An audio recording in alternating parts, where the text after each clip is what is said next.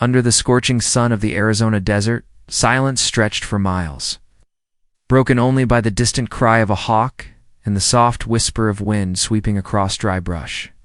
The land was harsh and endless, where the earth cracked beneath one's feet, and the mountains stood like sleeping giants watching over forgotten souls. For years no one had dared to cross that stretch of land. The abandoned ranch stood in the middle of it, half buried in dust and memories. The adobe walls were cracked, the wooden beams eaten by time, and the wide porch sagged under the weight of years. Yet that afternoon, a shadow moved across its broken gate. It was not the wind, nor a coyote. It was a man bare-chested, sunburned, his dark hair tied behind his head with a strip of hide, and his eyes sharp like the blade of a hunting knife. He was Apache. He had come far, traveling through canyons and dry riverbeds, leaving no tracks behind. To anyone who might have seen him, he was a ghost from the old wars. One of the last of his kind who refused to live penned in a reservation. The soldiers called him outlaw. His people once called him warrior, but now he called himself nothing. For many seasons he had wandered the desert, guided by a pain he never spoke of. That day he had not meant to come to the ranch. He was simply searching for water, or maybe a place to rest before the night swallowed the desert.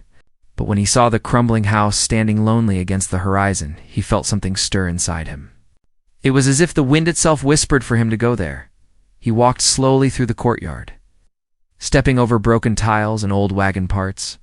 The once white walls were faded to the color of sand. Vultures circled above, and a single door creaked open, as if welcoming him. Inside, the air was still and heavy with dust. His moccasins brushed across the floor, raising tiny clouds that hung in the shafts of sunlight pouring through holes in the roof. He saw the remains of a life that once was an overturned chair, a cracked lamp, a child's shoe half buried in dirt. Everything spoke of people who had left in a hurry, leaving behind their laughter and fear. The Apache's breath slowed as he studied the room. He could sense what others could not, the echo of things that had happened long ago. His tribe believed places remembered pain, and this house had plenty of it. He could almost hear the faint sound of a woman crying, the slam of boots against the floorboards, the far-off neighing of a horse. Yet the only sound now was the wind moaning through the gaps in the walls. He made his way deeper inside. A stairway led upward, its railing worn smooth by hands long gone. He paused halfway, listening. Somewhere above, something tapped lightly, like a loose shutter beating in the wind. The feeling of being watched crawled up his spine, but he did not turn back. He had faced rifles and raids before. Ghosts did not scare him. What frightened him was the thought of the past, its own and the one buried here. The upper room had a wide window overlooking the desert. The light fell across a table layered with dust and papers. He brushed them aside and saw a small frame lying face down. It was old, its glass cracked. When he turned it over, he froze. It was a photograph faded, nearly forgotten by time. But the faces in it were clear enough to make his heart stop. A man stood beside a woman holding a small child. The man wore a soldier's coat, his eyes proud, his hand resting on the woman's shoulder. She was fair-haired, with a calm smile that seemed both sad and kind. The child's face, though blurred, looked no older than 3. What shook him most wasn't the image of them. It was what hung from the woman's neck. A small beaded necklace with a carved symbol, one only the Apache made. He knew that design. He had carved one just like it many years ago. He dropped the photo as if it burned. His chest tightened. The room seemed to close in around him. That necklace belonged to his mother, one she had lost when soldiers raided their camp. He remembered the night of fire and screaming, how he had been dragged away as a boy. That was the last time he saw her. For years he had believed she was dead. But here, in the heart of an abandoned ranch, her necklace hung around the neck of a white woman smiling beside a soldier. Nothing made sense. His breath grew heavy, his fingers trembling as he lifted the frame again, staring closer, searching for answers the photo could not give. Who were these people? Why was his mother's necklace here, miles from any Apache camp? Had she been taken? Or had she given it willingly? His mind battled with questions, each one sharper than the last. Outside, thunder rumbled far away, though the sky was clear. The land seemed to hold its breath, waiting. He felt the old rage rise in him, the same that once drove him to fight against those who had destroyed his world.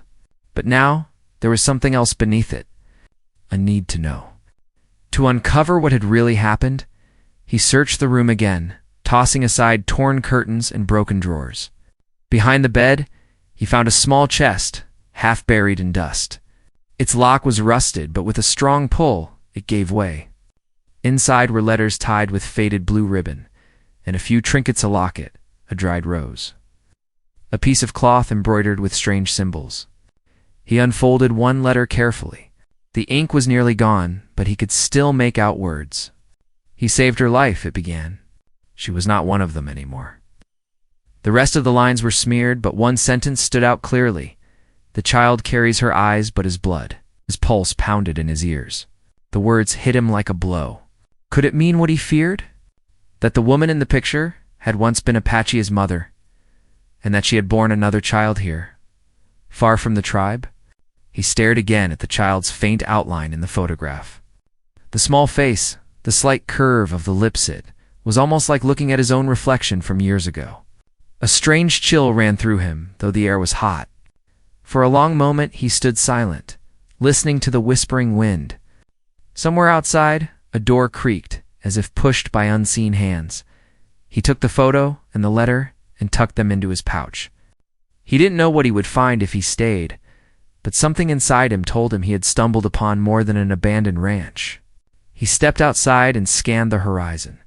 The sun was sinking behind the mountains, painting the sky with streaks of red and gold. The land looked peaceful, yet under that calm stretched a shadow older than time. He felt it in his bones. The truth buried here would not rest quietly far in the distance. He saw dust rising like riders approaching. Maybe they were soldiers, or maybe just wanderers like himself. But something told him they were coming for this place, and maybe for what he had just found. He gripped the handle of his knife, feeling the weight of the photo against his chest. He didn't understand why fate had brought him here, but he knew one thing for certain. The past he had been running from was waiting for him inside that photograph. And as the last light faded from the sky, he turned back to the house, where shadows moved across the broken windows. He didn't know whether they were ghosts or memories, but he was about to find out. The wind picked up as night fell over the desert, sweeping fine dust through the cracks of the old ranch. The Apache stayed near the doorway, watching how the shadows stretched long across the ground. The air had turned cool, carrying the faint smell of rain from far away. He had built many fires in his life, but that night he dared not light one. Something about the place felt alive, as if it breathed when the sun went down. The silence was heavy, thick enough to feel against his skin. He rested his hand on the knife at his belt, not out of fear, but instinct. His mind kept circling back to the photograph. That smile, that necklace, every part of it pressed against his chest like a weight. He remembered his mother as she was before the raid, her hair braided with red thread, her soft singing by the fire, the way she touched his cheek and told him to be strong.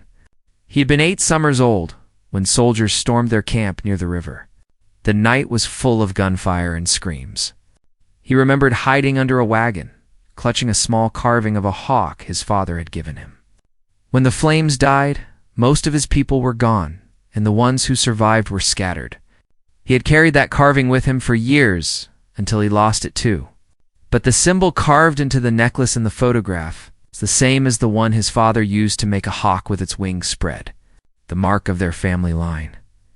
He walked through the yard and stopped by a dry water trough. The boards were cracked, and scorpions crawled under the edge. The moonlight painted everything silver. He looked toward the hills where his people once roamed free. The world had changed. The white man had built roads, towns, and churches where sacred grounds once stood. The Apache were driven to live behind fences, and those who refused were hunted down.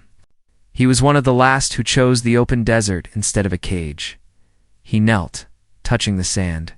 A trail of hoofprints led toward the west, half covered by wind. They looked fresh. Whoever had come here before him might not have left long ago. He He followed the prints until they disappeared into the brush, then turned back toward the ranch. The night was too still.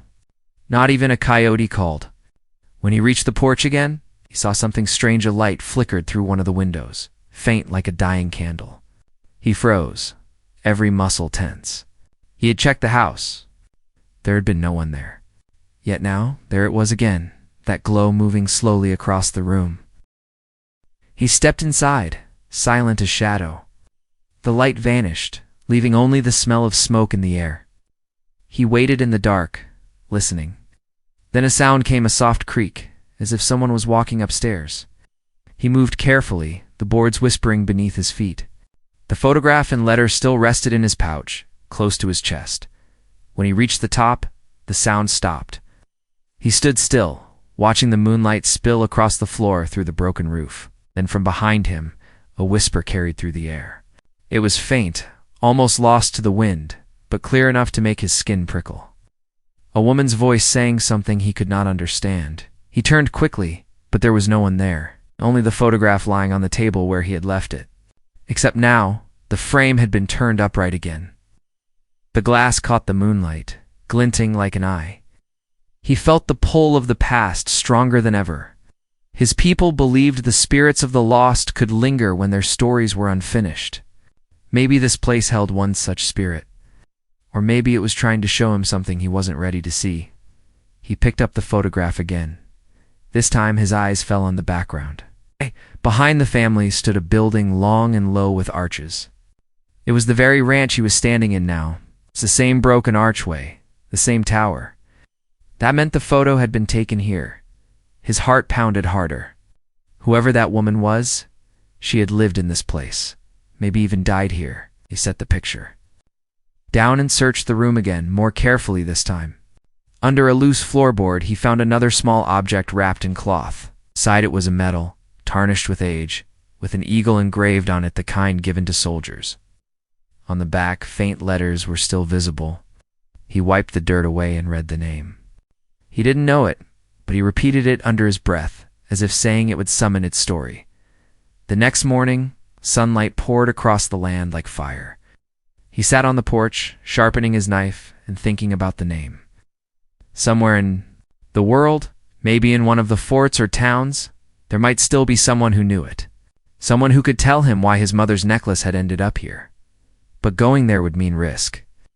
He was not welcome among settlers. They saw him as savage, no matter the years that had passed. He had learned to move unseen, to vanish before trouble came. Yet this time, he couldn't just walk away. Something inside him demanded answers. He left the ranch before the heat rose, heading toward the nearest town. It was a day's walk through open land. He carried little: his knife, a water pouch, the photograph, and the letter. As he walked, the land seemed to whisper its old songs, the wind carrying voices only he could hear. When he reached the old road, he saw wagon tracks and fresh horse prints. A vulture circled overhead, its shadow gliding across the ground. By noon, the town appeared in the distance, small, dusty, and quiet, like most frontier places that had seen better days. He pulled his hat lower and walked in through the back alleyways. Children playing near a water trough stopped and stared at him, then ran to call for their mothers. He felt the old eyes watching him from porches and windows. Some men paused with their hands near their belts, suspicion written on their faces. He kept his gaze low, heading toward the general store. Inside, the air smelled of coffee and tobacco. The shopkeeper, an older man with gray whiskers, looked up sharply. "Can I help you?" the man asked, his voice guarded. The Apache reached into his pouch and pulled out the photograph. "Oh." "You've seen this place?" he asked quietly, laying it on the counter. The man leaned closer, adjusting his spectacles. "That's the old Mission Ranch," he said. "Been empty near 15 years. Belonged to a soldier and his wife once. Tragic story, that one. Folks say they vanished one night, left everything behind. Some say raiders got him. Others say they just disappeared." "Why are you asking?" The Apache didn't answer right away. He studied the man's face, trying to tell if he spoke truth or rumor. "You know their names?" Shopkeeper scratched his chin. "I remember the man's name was Captain Warren or something close. Fought in the Indian Wars down south. His wife was quiet, never came into town much. Pretty woman, though. Pale hair, blue eyes. Yeah, people said she wasn't from around here. Why? He picked up the photo again, his hand trembling just slightly.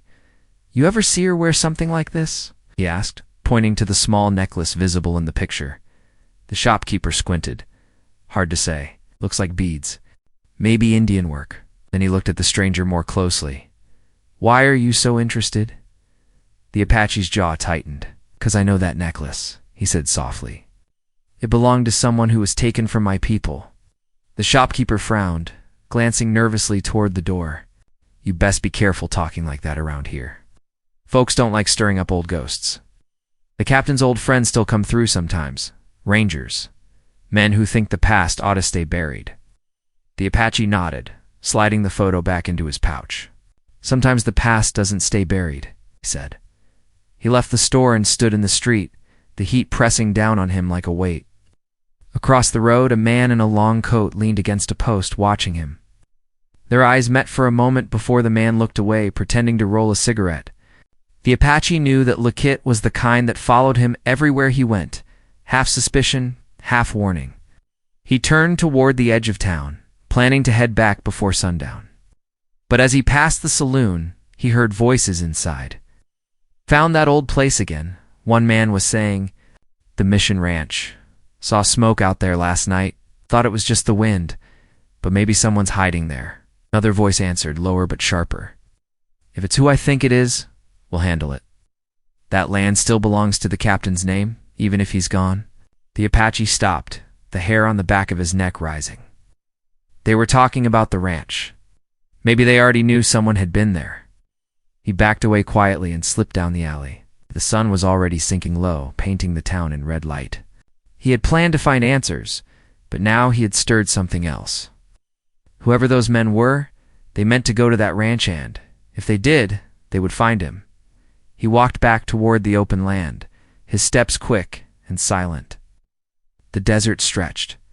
Before him, like an old scar, and behind him, the town faded into dusk. The photograph rested heavy in his pouch, and the truth he had begun to uncover felt darker with each mile. Somewhere in that ruined house lay the rest of the story, and before the night was over, he knew he would have to face it. By the time the Apache reached the edge of the desert again, night had already swallowed the horizon. The moon rose pale and full, casting long shadows across the sand. He moved fast, silent, keeping close to the low ridges where the wind couldn't carry his steps. The town behind him had stirred old memories and new danger. He could still hear the words from the saloon echoing in his head, men talking about the Mission Ranch. It's about smoke, about someone hiding there.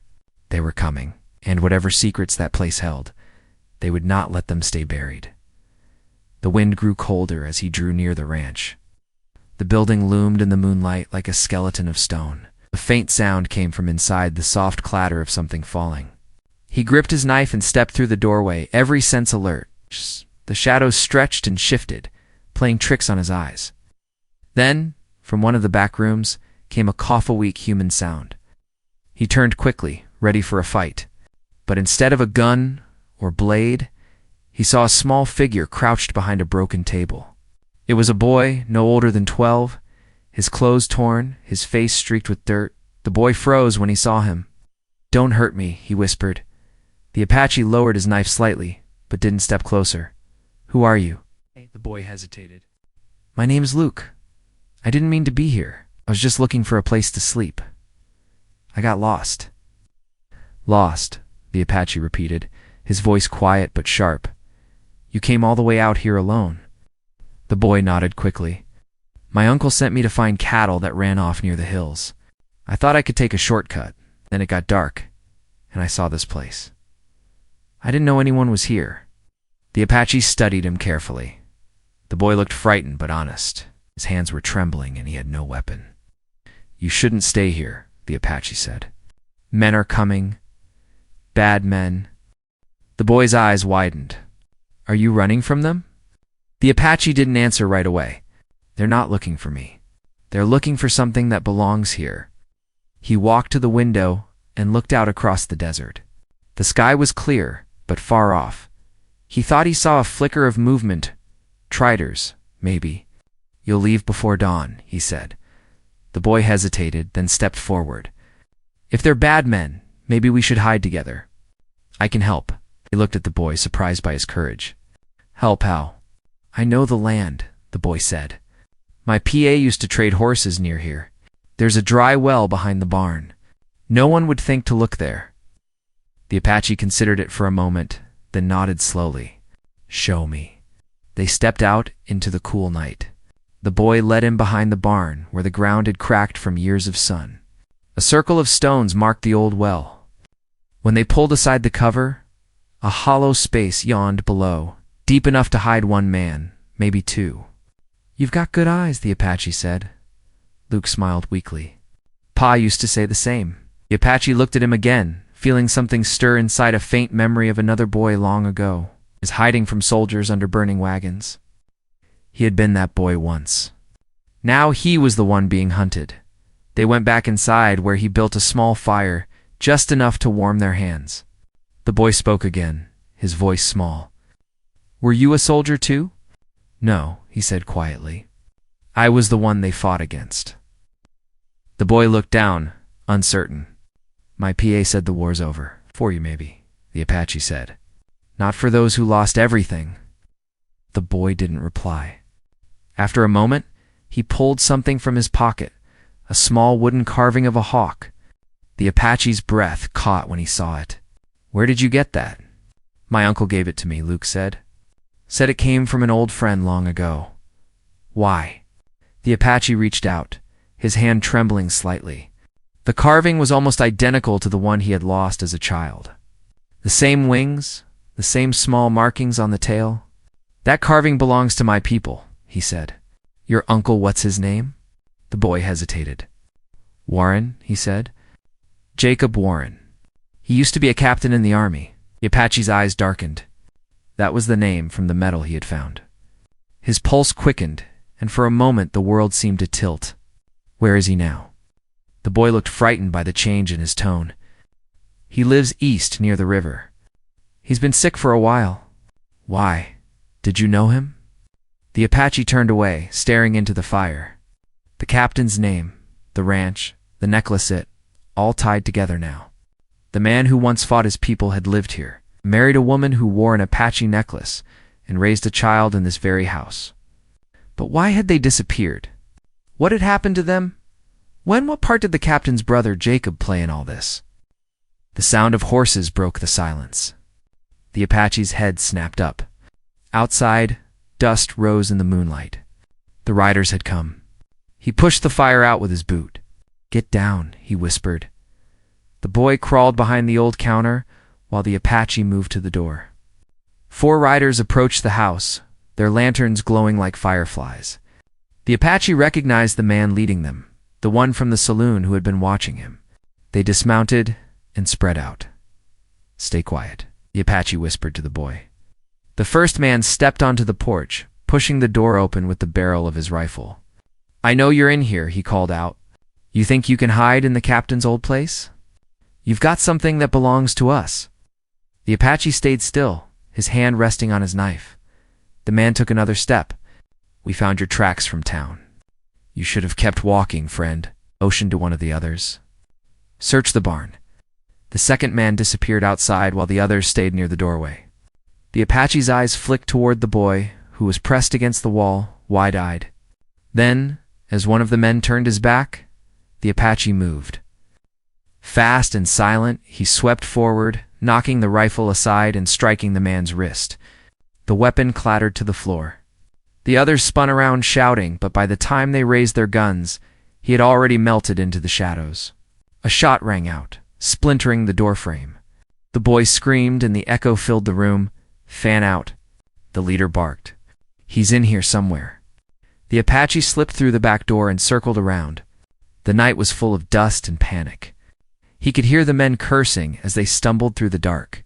He reached the barn, grabbing a rope and pulling down a beam. The roof groaned and then collapsed with a crash, sending up a storm of dirt. The riders shouted and ran toward the sound, giving him just enough time to slip back into the house. Come, he whispered to the boy. They ran to the old well, lowering themselves down into the hollow space. Above them, footsteps pounded across the yard. The leader's voice rose again. Spread out. Check the house, the barn, everywhere. He's got something of the captain's, I know it. The boy looked at him in the dim light. What do they want? Truth, the Apache said. The kind that kills men. The footsteps moved farther away, and for a while only the sound of wind filled the air. The boy shivered beside him. Will they come back? Yes, he said quietly. They won't stop until they find what's hidden here. As the night stretched on, the boy fell asleep, his head resting against the stone wall. The Apache stayed awake, staring up at the small opening above them. His thoughts drifted between anger and confusion. What had the captain done that these men wanted to keep buried?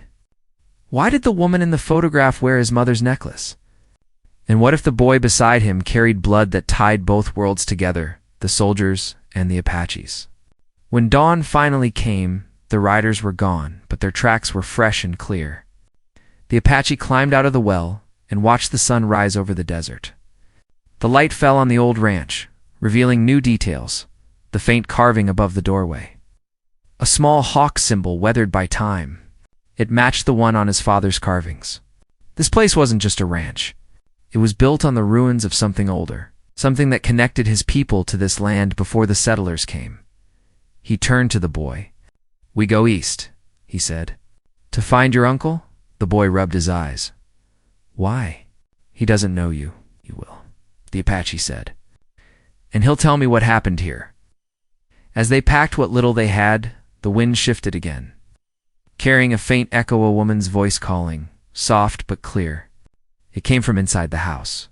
He turned toward the sound and saw the curtain flutter, though there was no wind. The photograph he had left on the table now lay on the floor, face down. He picked it up and turned it over. The image had changed. The woman was still there, but now the child's face was clearer. Older, and it looked almost exactly like the boy standing beside him. The morning light spread across the desert in streaks of gold, and the Apache stood at the edge of the ranch with the photograph in his hand, staring at it in silence. The child in the picture, once blurred by time, now seemed alive, clearer than before, as if the years between them had thinned. He looked from the photograph to the boy standing beside him. The resemblance was unmistakable. The same eyes, the same curve of the mouth. The discovery left his thoughts tangled. Was it some trick of fate? Or had the past truly found its way into the present? The boy, still drowsy from sleep, kicked at the sand and looked up at him. What's wrong? He asked softly. The Apache slipped the photo back into his pouch. Nothing that time won't show, he said. We must go before those men return. They set out east, toward the river where the boy said his uncle lived. The land between was rough and open, filled with dry arroyos and twisted brush. The heat rose quickly, shimmering above the rocks. They walked in silence, both carrying the weight of questions they couldn't yet ask. Around midday, they stopped under a patch of mesquite. The boy shared a small piece of bread from his pocket, while the Apache drank from the last of their water. Why are those men after you? The boy asked after a while. They're not after me, the Apache said quietly. They're after what the ranch hides. But what's there? Something they fear. Something that tells the truth about the captain. The boy frowned. You mean my uncle's brother? He nodded slowly. If your uncle is Jacob Warren, think his brother was the man in that picture. It's the one who lived at the Mission Ranch, and I think that woman beside him wasn't from his world at all. She wore the mark of my people. The boy looked confused. You think she was? Your kin? He didn't answer, only stared at the distant hills. The wind brushed across the sand, carrying the faint smell of rain. I don't know yet, he said at last, but I intend to find out. They continued walking until the sun began to fall behind the mountains. The river valley stretched below them, lined with cottonwoods and willows. Smoke rose from a small cabin near the water. The boy pointed toward it. That's where my uncle lives, he said.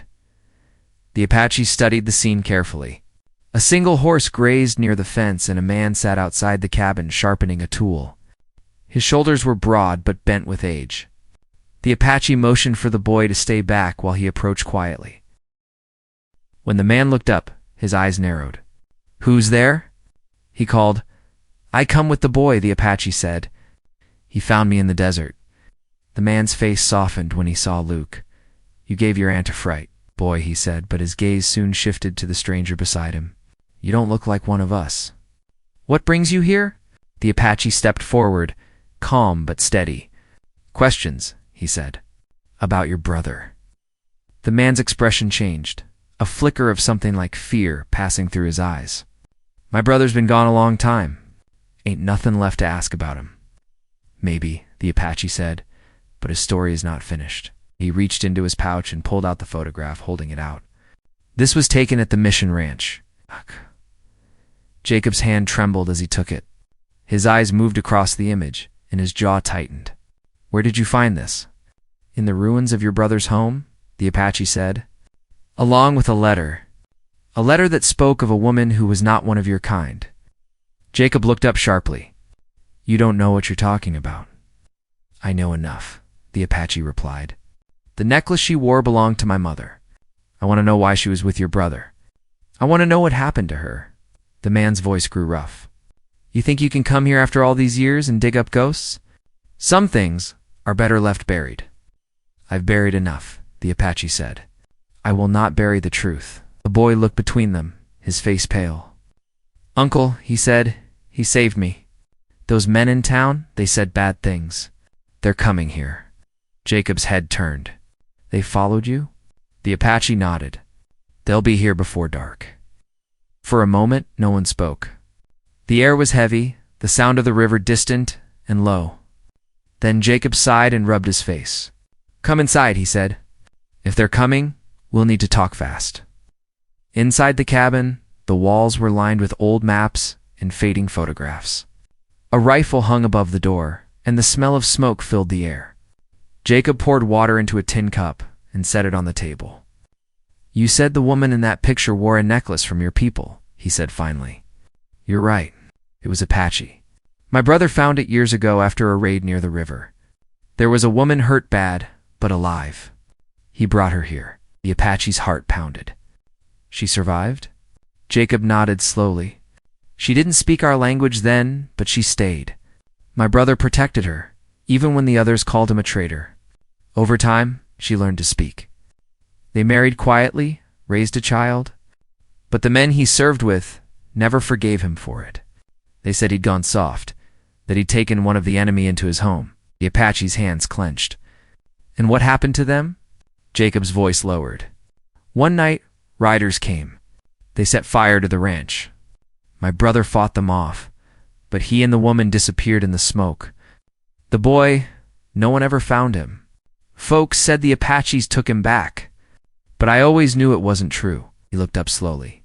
"That boy, he'd be about your age now." The Apache's throat tightened.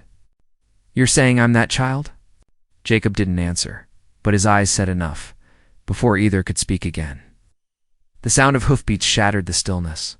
Horses thundered across the valley, and shouts echoed through the air. Jacob snatched the rifle from the wall. "They found us." The Apache moved to the window. Dust clouds rose as 6 riders approached, the same men from town. He recognized their leader, the one with the scar across his cheek. "They want the photo," the Apache said. "And the proof it carries." Jacob nodded grimly. "Then they'll have to go through us first." Luke clutched his uncle's arm. "What do they want with you?" "They want to erase the past," the Apache said. "They don't want the world to know that one of their own turned against them for love." The boy's eyes widened. "For love?" "Yes," Jacob said. "Your uncle's brother chose peace when others wanted war. That's what they could never forgive." The riders dismounted, spreading out in a half circle around the cabin. The scarred man called out, his voice sharp as a blade. "We know you're in there, Jacob. Hand over the Apache, and we'll let you live." Jacob cocked his rifle. "That's a lie, and you know it." The Apache looked toward the back of the cabin, scanning for a way out.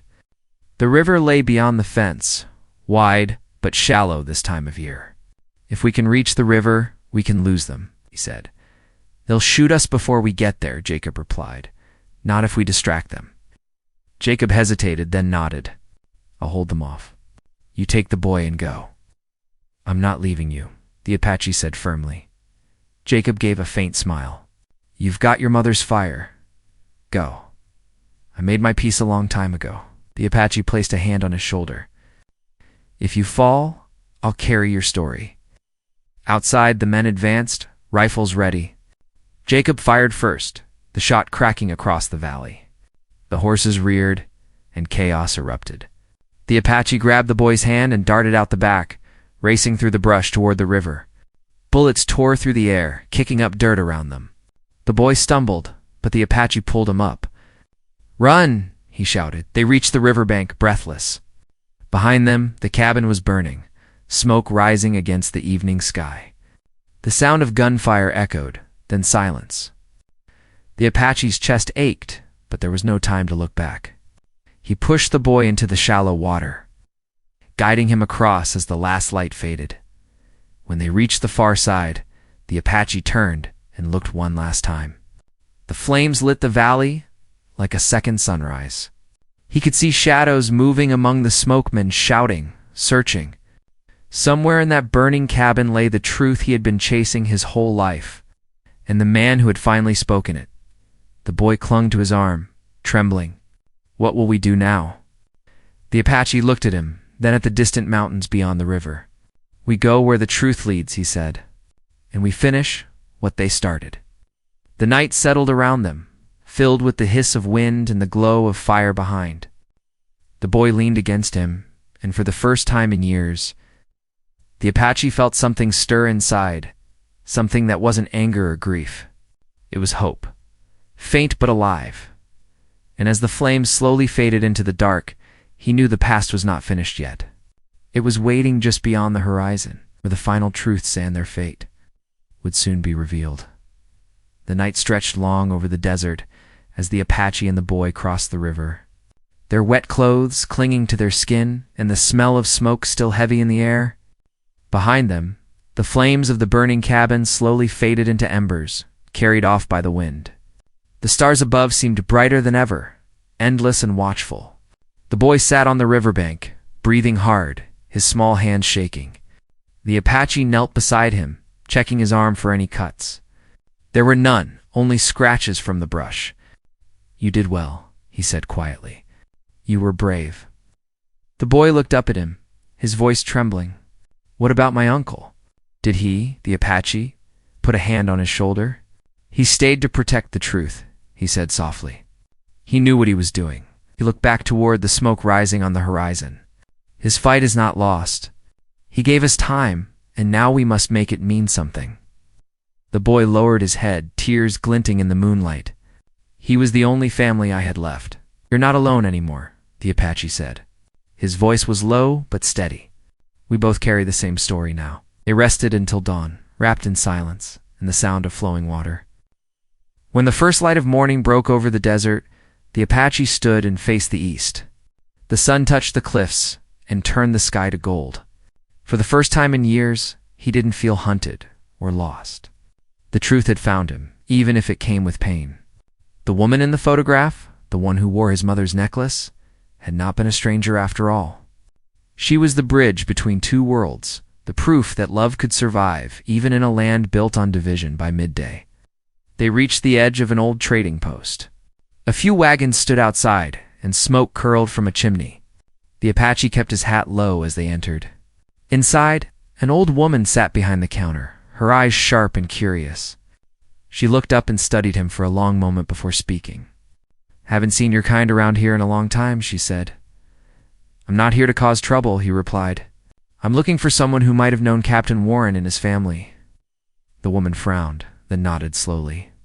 I remember them. Kind folks, though most didn't understand him. The woman, she wasn't from these parts. Some said she had Apache blood. She paused, her gaze softening. They were good people. What's it to you? They were my family, he said simply. The woman blinked, surprise flickering in her eyes. Then you've come a long way to find peace, haven't you? He nodded once. Too long. She went to the back and returned with a small box wrapped in cloth. A trader brought this years ago. Said it was found near the mission ranch after the fire. I kept it, thinking maybe someone would come for it. He unwrapped the box carefully. Inside was a small locket made of silver, engraved with the same hawk symbol he'd seen on his father's carvings. When he opened it, a folded scrap of paper fell into his palm. The writing was faded, but he could still read the words, "For our son." So he knows both sides of his heart belong to the same sky. The Apache closed the locket gently, his chest tightening with emotion. The boy leaned closer, staring at the tiny carving. "It's your family's mark," he whispered. He nodded. "It means freedom," he said quietly. "Freedom to walk between worlds." They stayed at the post for the night, resting and gathering supplies. The old woman made them stew and gave the boy a clean shirt. Before they left, she touched the Apache's arm. "You've carried sorrow long enough," she said kindly. "Now carry what they wanted for you life." As they set out again, the world seemed to open before them. The air was fresh after a night of light rain, and the desert smelled alive.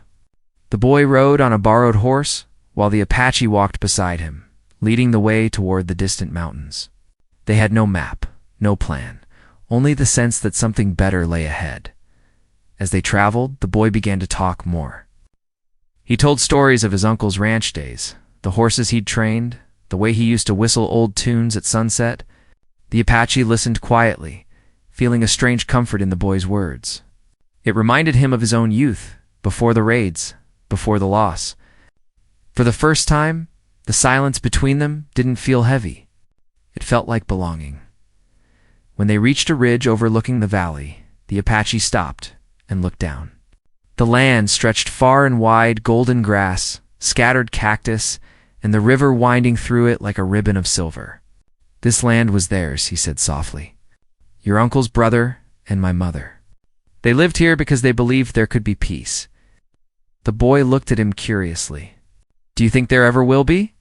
He took a slow breath, watching the wind move across the grass. "Peace doesn't come easy," he said. "But every time someone remembers, every time someone chooses not to hate, it begins again." They built a small camp there, near an old cottonwood tree. For several days they stayed, gathering wood, fishing from the river, and mending what they could. The boy's laughter began to return, and sometimes, when the light faded, the Apache would tell him stories of the old ways of the hawk spirit that guided lost souls home, the warriors who rode with the wind. The boy listened wide-eyed, repeating each word as if memorizing it. One evening, as the sun dropped low and painted the sky red, a shadow appeared across the plain. A single rider approached, carrying a white flag tied to his saddle. The Apache watched closely, ready for danger, but the man stopped at a distance and raised his hands. "Peace," he called out. "I come with no fight." When he rode closer, the Apache saw he wore an old uniform, worn and patched. His beard was gray, his eyes tired but honest. "I was one of them," the man said. "The ones who came after the captain. I didn't know what they did until it was too late. The others, they're gone now. The truth should be known." He handed the Apache a small folded paper sealed with wax. "This was written by your father before that night. He wanted you to have it." The Apache took the paper carefully. His hand shook as he opened it. The words were written in a strong hand. "If my son ever finds this, know that I loved your mother with all I had. I fought not against her people, but for her right to live free. I pray one day you'll walk without fear, carrying both our names with pride." The Apache looked up at the old soldier, his throat tight. "You kept this all these years." The man nodded. I owed him that much. He looked at the boy and then back at the Apache. "What will you do now?" "I'll live," the Apache said. "That's what they wanted." The soldier tipped his hat. "Then maybe there's still hope for this land." When he rode away, the Apache folded the letter and tucked it beside the locket. The boy watched him silently. "He was your father, wasn't he?" "Yes," he said, his voice soft but sure. "And your uncle's brother? Which means somewhere you and I share the same blood." The boy smiled faintly. "Then I guess that makes us family." He nodded, placing a hand on the boy's shoulder. Family isn't just who you're born to. It's who stands beside you when the fire comes. The days that followed passed gently. The boy grew stronger, and the Apache began to build a small shelter near the river. The land that had once seen war and sorrow now carried the sound of laughter again. Sometimes, they would find old wagon pieces buried in the dirt, remnants of a world that had once divided them. They used the wood to build instead of burn. When spring came, the valley bloomed. Wildflowers covered the hills, and the air smelled of rain and earth. The Apache stood one morning at the riverbank watching the water move past the stones. He held the locket in his hand, opened it, and let the sunlight fall across it. "You're home now," he whispered. The boy ran up beside him, carrying a small carved hawk he'd made from driftwood. "I finished it," he said proudly. The Apache took it, smiling faintly. "It's good," he said. "It'll watch over us." He tied the carving to the branch of the cottonwood, where it swayed in the breeze, its wings catching the light as the sun rose higher. The two stood together, one born of the desert, the other of the plains, united by a truth stronger than the past. The wind carried the scent of life across the valley, and for the first time in many years, the land felt at peace. The Apache looked at the boy and smiled. "Let's go," he said. "There's work to do." And as they walked toward the rising light, leaving the shadows behind, the hawk above them seemed to spread its wings wide, soaring into the clear blue sky.